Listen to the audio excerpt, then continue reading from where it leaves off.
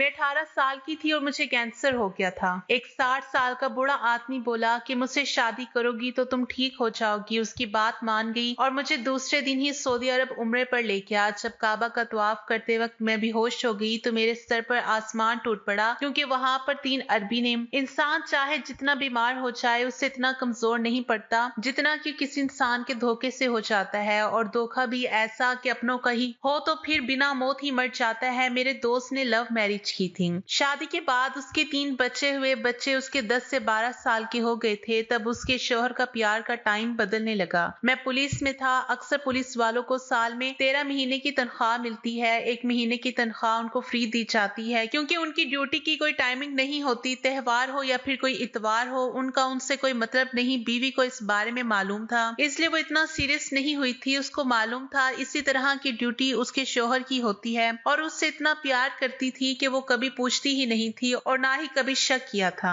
अचानक से उसके शौहर का एक्सीडेंट हो गया और उसको काफी चोटें आई। कई महीनों तक अस्पताल में एडमिट रहा। जब अस्पताल में एक लड़की कांस्टेबल को उसके पास देखा और अस्पताल के काउंटर पर शौहर और बीवी का एक साथ नाम देखा, उस दिन पता चला कि उसने तो दूसरी शादी कर ली है। और उस लेडी कांस्टेबल को भी नहीं मालूम था कि ये शादीशुदा है और 3 बच्चों का बाप भी है। दोनों औरतें एक दूसरे को देखकर हैरान रह गईं। उसमें इन दोनों औरतों की तो कोई गलती भी नहीं थी। पहली शादी तो उसने लव मैरिज की थी और दूसरी शादी भी लव मैरिज थी। उस लेडी कांस्टेबल ने वहीं पर उस आदमी को 2 थप्पड़ लगाए और तलाक के लिए बोलकर चली गई। उस लेडी कांस्टेबल का भी एक बच्चा हो गया था। अब उस पुलिस वाले के 2 बीवियों से 4 बच्चे थे। उस पुलिस वाले की पहली बीवी ने उसका ठीक होने का इंतजार किया। जब वो पूरी तरह से ठीक हो गया तब उसने भी तलाक के लिए केस फाइल कर दिया। अब उस पुलिस वाले के पास दोनों में से एक भी बीवी नहीं थी। दोनों ने ही उस पुलिस वाले से तलाक ले ली थी। मैं तो इन दोनों औरतों के साथ हूँ। ऐसे आदमी के साथ ऐसा ही होना चाहिए। जागो औरतों, अभी भी जागो, उनके साथ ऐसा जरूर होना चाहिए। इस तरह की ये कहानी है जो आपके रोंगटे खड़े कर देगी। आप सुनिए मेरी पूरी कहानी। मेरी जुबानी। रात काफी सर्द थी, ठंडी हवाएं चल रही थी, मेरे जिस्म को ठंडा कर रही थी। मेरा दिल था कि बुरी तरह से बेचैन था। मैं बेबस सहन में चक्कर काट रही थी। मैं अपने शौहर का इंतजार कर रही थी। सर्दी की रातें वैसे भी बहुत लंबी और सर्द होती है। मुझे बहुत ठंड लग रही थी मगर उनका इंतजार करने पर मजबूर थी।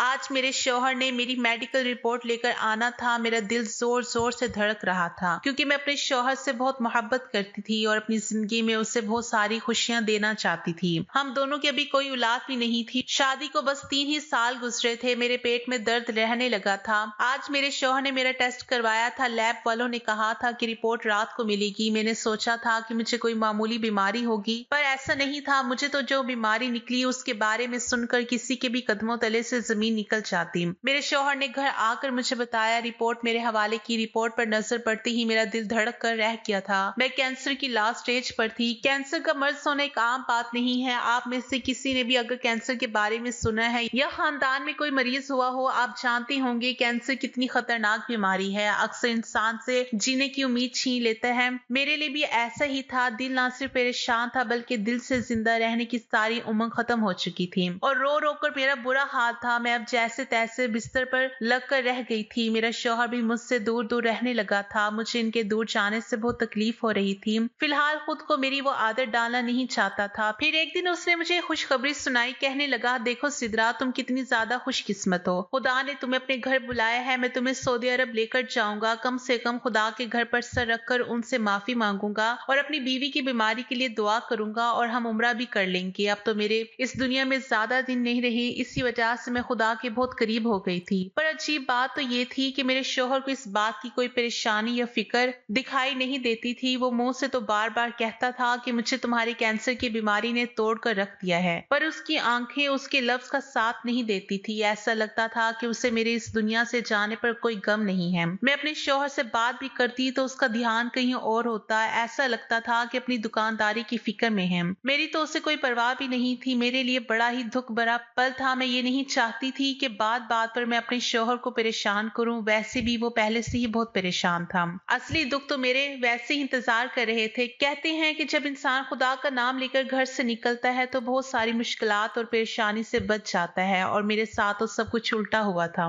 मेरे लिए सऊदी अरब जाना कोई बड़ी बात नहीं थी। ऐसा लग रहा था मैं अपने खुदा से आखिरी बार मिलने जा रही हूँ। फिलहाल वहां पहुंचकर हम लोगों ने उम्रा किया। हम लोग फिर जियारत के लिए आगे जाने लगे। मेरी तबीयत कुछ ज्यादा ही खराब रहने लगी थी। मुझे अचानक चक्कर आते और मैं गिर पड़ती थी। मेरे शौहर ने मुझे कहा था कि तुम ऊपर ज्यादा नहीं चढ़ पाओगी, हाथ पकड़कर तुम्हें खुद अपने हाथों से ऊपर चढ़ाना पड़ेगा, तुम्हारे लिए इतना ज्यादा चलना आसान नहीं है। मैं अपने शौहर की बात मानकर उनके साथ ही जियारत कर रही थी। मेरी चढ़ाई पूरी होने वाली थी। मेरी तो दुनिया ही घूम कर रह गई थी। मैंने अपने शौहर का हाथ पकड़ रखा था। मैं नीचे कब गिरी मुझे कुछ नहीं पता था। फिर मेरा दिमाग किसी वादियों में डूबता चला गया। उसके बाद मुझे कुछ याद नहीं रहा आगे क्या हुआ। जब मेरी आंख खुली तो काफी ज्यादा टाइम गुजर चुका था। मेरा दिमाग धीरे धीरे जागने लगा। जब मेरी नजर आस पास के माहौल पर पड़ी तो देखा मैं किसी और जगह पर लेटी थी जहाँ आस पास कुछ भी नहीं था। ये तो खाली कमरा था, उसमें बहुत सजावट थी, खूबसूरत नरम बिस्तर था। उस कमरे को देखकर लग रहा था कि ये किसी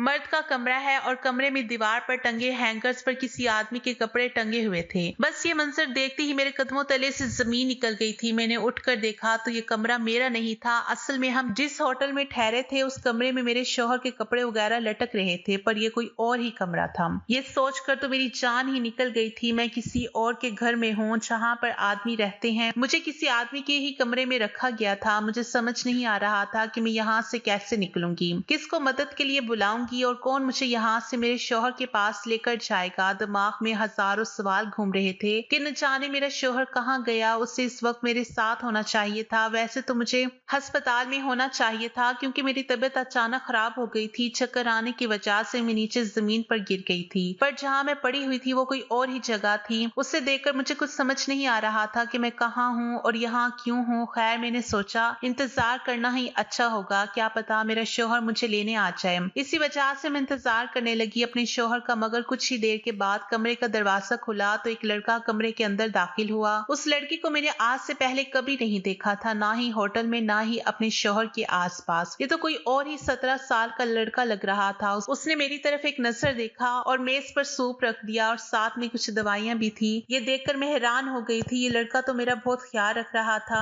मेरी परवाह भी कर रहा था। मेरा ख्याल रखने की वजह क्या थी? इन लोगों ने मुझे कहीं बेहोश पड़ा देखा होगा तो मुझे यहाँ ले आए होंगे, लेकिन मेरे शौहर का क्या? उसे तो इस वक्त मेरे साथ होना चाहिए था। मैं दिल में सोच रही थी, तभी वो लड़का कमरे से बाहर चला गया। उस लड़के ने बहुत ही अजीब कपड़े पहन रखे थे, लेकिन मुझे उसकी जुबान समझ नहीं आई थी, ना उसकी समझ आई थी, इसलिए वो सूप और दवाई रखकर चला गया। मेरे लिए दवाई खाने के अलावा और कोई चारा भी नहीं था, क्योंकि मेरे सर में बहुत दर्द हो रहा था। मैं चुप ही लेटी रही। वो लड़का दोबारा कमरे में दाखिल हुआ, लेकिन अब की बार अकेला नहीं था, उसके साथ एक औरत भी थी। उस औरत का हुलिया देखकर समझ गई ये कोई मामूली औरत नहीं बल्कि एक लेडी डॉक्टर है। वो अंदर आई, उसने मुझे ध्यान से चेक किया, उसके बाद मेरे माथे पर भी हाथ लगाकर देखा और उस लड़के को कुछ कहकर चली गई। मैं उस लड़की से पूछना चाहती थी कि लेडी डॉक्टर ने क्या कहा है। मेरी फूटी किस्मत, ना मुझे उसकी जुबान समझ आती थी और ना ही बोलने आती थी। मैं अंग्रेजी तो बोल लेती थी, पर इन लोगों को अंग्रेजी भी समझ नहीं आती थी। मैं खुद बहुत बेबस महसूस कर रही थी। सिवाय यहाँ बैठकर अपने शौहर का इंतजार करने के अलावा मेरे पास कोई और रास्ता भी नहीं बचा था। मैंने तो दिल में उम्मीद लगा कर रखी थी कि शाम तक मेरा शौहर किसी भी हाल में यहाँ आ जाएगा, क्योंकि वो मुझसे बहुत प्यार करता था और मुझे यहाँ लेकर आया था। फिलहाल मुझे अकेला तो छोड़ नहीं सकता था। उसको कोई बीमारी भी नहीं थी, ना हमारा एक्सीडेंट हुआ था। मैं भी बीमार हो गई तो मैं क्या करूंगी? वो मेरे साथ तो बिल्कुल ठीक ठाक थे जब मैं बेहोश हुई थी। मगर शाम से रात हो गई, शौहर अभी तक नहीं आया। मेरी परेशानी और बढ़ती जा रही थी। आज तक ऐसा नहीं हुआ था मैंने उसके बगैर एक दिन भी गुजारा हो। मेरे दिल में बहुत तकलीफ हो रही थी। मुझे डर इस बात का था कि अगर मेरा शौहर मुझे नहीं मिला तो क्या होगा। यही फिक्र मुझे खाई जा रही थी। मैं इसी फिक्र में थी, एक और आदमी कमरे में दाखिल हुआ। पहले आदमी से ये वाला आदमी उम्र में बड़ा ही लग रहा था। उसकी उम्र 50 साल के बीच में होगी। उसने वही अजीब कपड़े पहन रखे थे और उसके सर पर बाल भी घने थे, रंग भी काफी गोरा था। उससे देखकर मैं डर गई थी। ये तो हुलिये से ना ही डॉक्टर मालूम हो रहा था, ना उस लड़के जैसा हमदर्द ख्याल रखने वाला। ऐसा लगता था कि मुझे कोई सजा देने आया है, मैंने जैसे कोई चोरी की हो। उस आदमी ने मुझे देखते ही उठकर बैठने का इशारा किया था। वो हाथ के इशारे से बात कर रहा था। मैं उसे देखकर ठटक कर रह गई थी।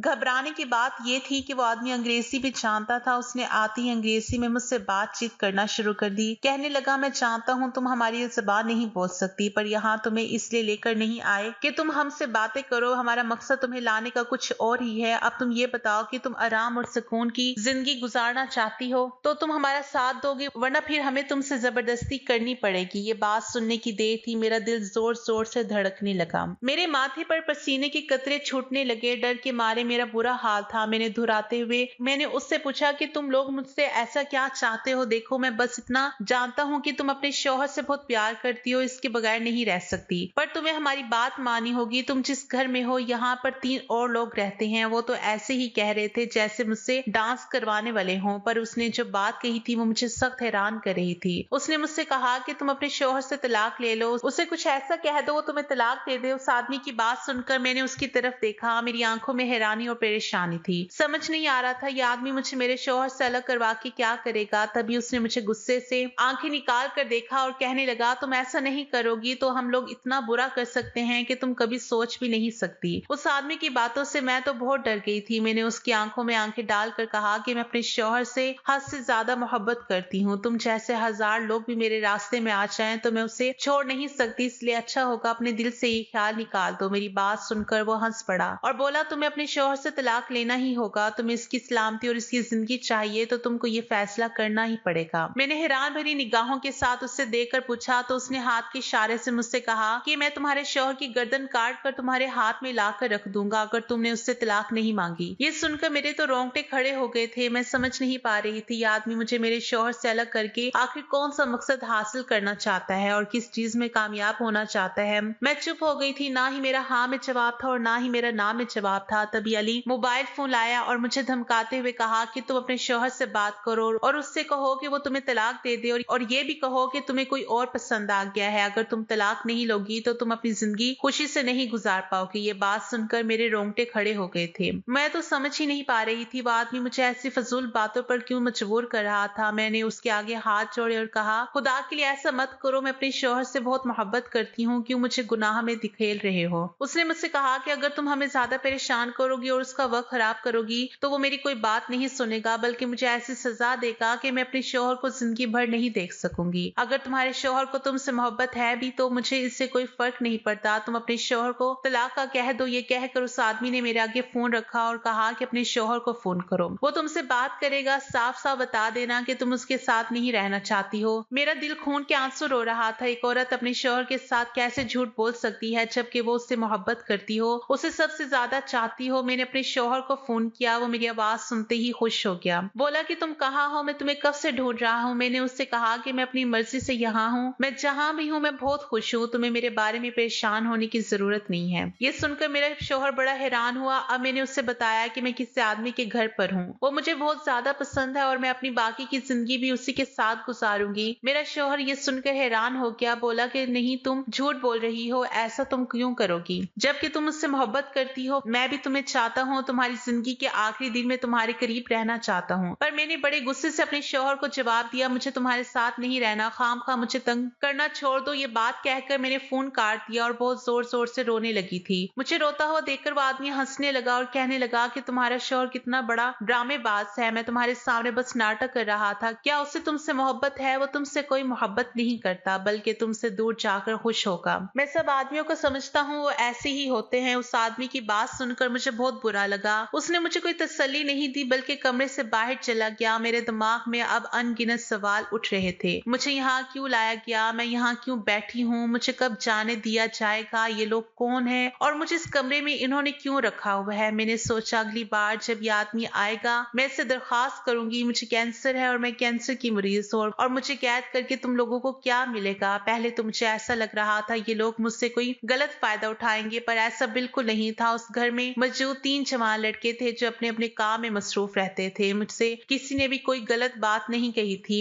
अब मुझे यहाँ रहते हुए 3 हफ्ते गुजर चुके थे। मेरी तबीयत भी खराब होने लगी थी। मैं जानती थी जब मैं इन लोगों को अपनी कैंसर की बीमारी के बारे में बताऊंगी तो मुझे अपने घर से खुद ही निकाल देंगे। फिलहाल कोई भी एक मरीज आदमी के साथ कभी नहीं रहना चाहेगा। वैसे भी मुझे तो ये लोग तीनों टाइम का खाना भी देते थे। अब तो मुझे परेशानी कम और हैरानी ज्यादा होने लगी थी। आखिर मुझे यहाँ रखकर इन लोगों को क्या फायदा होगा। तभी मैं इंतजार करने लगी। शाम को जब उस आदमी को आना था, मेरे कमरे में आकर मेरा हाल चाल पूछ लेता। उस दिन जब वो मेरे कमरे में आया, मैंने जल्दी से रोना शुरू कर दिया। उसका दिल नरम पड़ गया, मेरी तरफ देखकर बोला, क्या बात है? अब मैंने उसके सामने रोकर कहा कि मैं कैंसर की मरीज हूँ, मैं आखिरी स्टेज पर हूँ। तुम लोगों ने मुझे यहाँ क्यों कैद कर रखा है? तुम्हारा मेरे साथ ऐसा कौन सा फायदा जुड़ा हुआ है? तुम लोग मेरे ही पीछे पड़ गए हो। मैं तुम लोगों के किस काम आऊंगी? ना तुम लोगों के लिए खाना पका सकती हूँ, ना तुम लोगों को पैसे दे सकती हूँ। मेरा तो यहाँ कोई ऐसा वारिस भी नहीं है जिससे तुम लोग मेरे बारे में कहकर उससे पैसे ले लो। इसलिए अच्छा होगा कि तुम लोग मुझे छोड़ दो, मैं अपने घर चली जाऊँ, अपने शौहर के पास जाऊँ। खुदा के लिए मेरे शौहर से झूठ तो मत बुलवाओ, मैं उससे मोहब्बत करती हूँ। वो क्या सोच रहा होगा?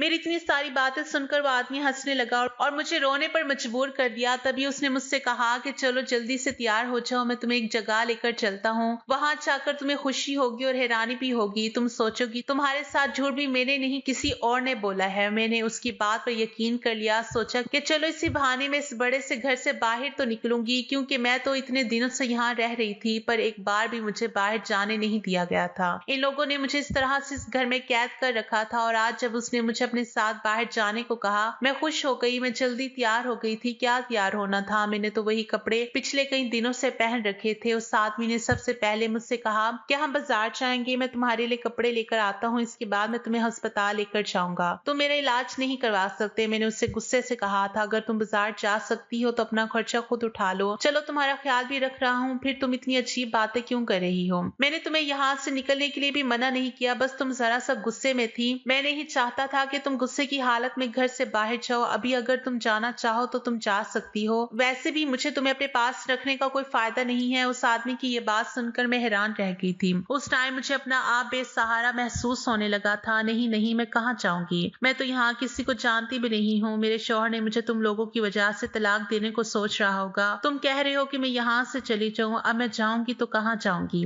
कम से कम मेरे शौहर को ढूंढ कर ला दो, मैं उसके साथ चली जाऊंगी। मेरी बात सुनकर उसने कहा कि तुम अपने शौहर के पास जाने से पहले एक बार अस्पताल चलो, मेरे कहने पर चलकर अपना टेस्ट करवाओ, ताकि तुम्हें ये पता चले कि तुम झूठी हो या मैं झूठा हूँ। उस आदमी की बात सुनकर मैं हैरान हुई। हम लोग अस्पताल चले गए। मैंने डॉक्टर को बताया कि मैं कैंसर की मरीज हूँ। आप मुझे चेक करके बताओ, शायद मुझे कोई आराम मिल जाए। मैं अपने इलाज के लिए कोर्स भी करवाऊंगी और मुझे भी बता दीजिए मैं कितने दिन जिंदा रहूंगी। डॉक्टर ने मेरा टेस्ट किया और जब रिपोर्ट आई मैं हैरानी की वजह से उछल पड़ी। मुझे कहा गया था कि आपको किसी ने गलत बताया कि आप कैंसर की मरीज हैं। ना ही आपको कोई कैंसर है, ना ही कोई मर्ज है। आप तो बिल्कुल सेहतमंद हैं। फिलहाल आपकी जिस्म में बहुत ज्यादा परेशानी के असरात दिखाई दे रहे हैं। आपका किसी बहुत बड़े दुख की वजह से ये हाल हो गया है। आप अपना ख्याल रखिए, खुश रहिए। आपकी जिंदगी में और कोई मसला नहीं है। मैं डॉक्टर की बात सुनकर हैरान रह गई थी। मेरे सर पर तो जैसे मौत का साया मंडरा रहा था। मैं तो समझ रही थी कि अब मैं जिंदगी में कभी भी उठकर खड़ी नहीं हो पाऊंगी,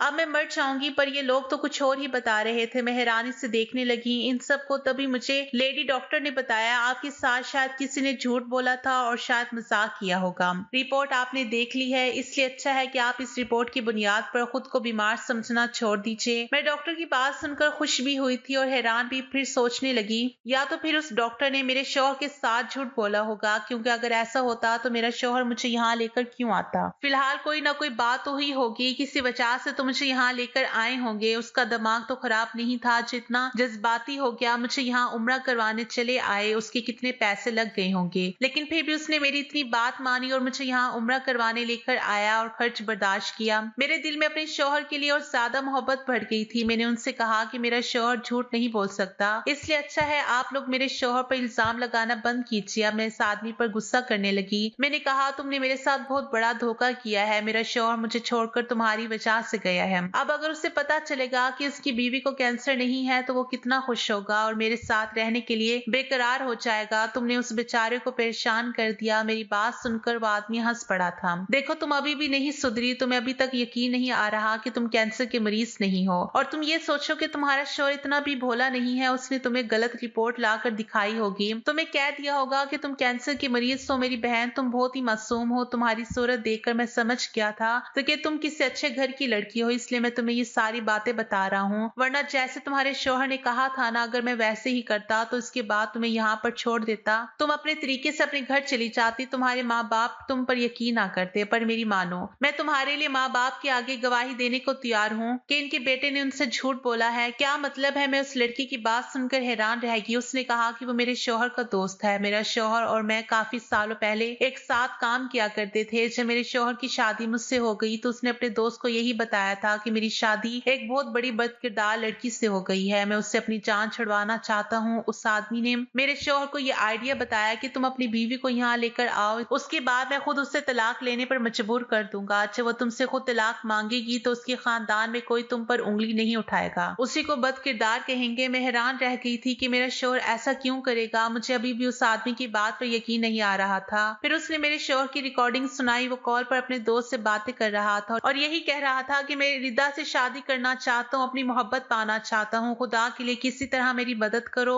और सिद्रा जैसी बदकिरदार औरत से मेरी जान छुड़वा दो। उसका दोस्त बहुत ईमानदार आदमी लग रहा था, हमेशा ऐसे लोगों की ही मदद करता था। मेरा शौहर जानता था मैं उससे झूठ बोलूंगा तो ही वो मेरी मदद करेगा, इसलिए उसे झूठी कहानी सुनाकर उस आदमी के जरिए मुझे अगवा भी करवा लिया और फिर ये सारा ड्रामा खुद ही रचाकर मेरे माँ बाप के सामने मेरी कॉल रिकॉर्डिंग भी सुना दिया। आपकी बेटी खुद ही मुझसे तलाक लेना चाह रही है और अपनी जान छुड़वाना चाहती है और वो मुझे छोड़कर चली गई है। मेरा शौहर का आइडिया तो बहुत ही अच्छा था, पर मेरे किरदार पर और मेरी शराफत पर, मेरे चेहरे पर लिखी अच्छाई की दास्तान से उस आदमी का दिल बदल गया था। उसने मेरे साथ बुरा करने के बजाय मेरे माँ बाप के सामने उस सारी कहानी की गवाही दी। अगर वो मेरी किरदार की गवाही ना देता तो शायद मैं सबके सामने बदनाम हो जाती, मगर कहते हैं ना, जिसको खुदा बचाए उसका कौन बिगाड़े। उस आदमी ने मुझे वाकई में सबके सामने बदनाम होने से बचा लिया। खुदा का शुक्र था कि मेरा शौहर भी सुधर चुका था और उसका दिया हुआ दुख मुझे आज भी याद आता है। अगर आपको आज की कहानी पसंद आई है तो वीडियो को जरूर लाइक कीजिएगा और अपने दोस्तों के साथ शेयर भी कीजिएगा।